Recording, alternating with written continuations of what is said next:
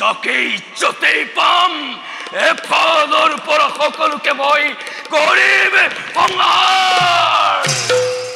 ক্ষত্ৰিয়ৰ তেজেৰে এই পৰশু মই কৰিম ৰাঙলে এই পূৰ্ণ হ'ব মোৰ মনৰ কামনা